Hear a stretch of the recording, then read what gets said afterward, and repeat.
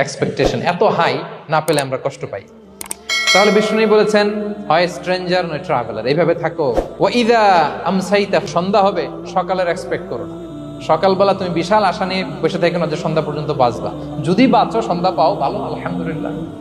না পাইলে রবের সাথে সাক্ষাতের জন্য রেডি, তাও আলহামদুলিল্লাহ। ঠিক কিনা বলেন? এটা হইতে হবে mindset. Expect less, never be greedy. প্রত্যাশা কম রাখেন, আপনি হ্যাপি হবেন। কিন্তু আমাদের মধ্যে অনেক এক্সপেকটেশন, যেটা আমাদেরকে কষ্ট দেয়, অসুখী বানায়। আরো লাগবে, আরো লাগবে। অনেকের মধ্যে, সবার না, অনেকের মধ্যে এই প্রবণতা আছে না? নাই? বিশ্বনবী বলেন, লাউ আন্না লিবনি আদম ওয়াদিয়ান মিন যাহাব আহাব্বা ইয়াকুনা লাহু ওয়াদিয়ান। প্রত্যেক বনি আদমকে যদি একটা করে স্বর্ণের পাহাড় বানায় দেওয়া হয় বা উপত্যকা বানায় দেওয়া হয়, সে চাবে আরো একটা স্বর্ণের পাহাড়ের মালিক কিভাবে হওয়া যায়।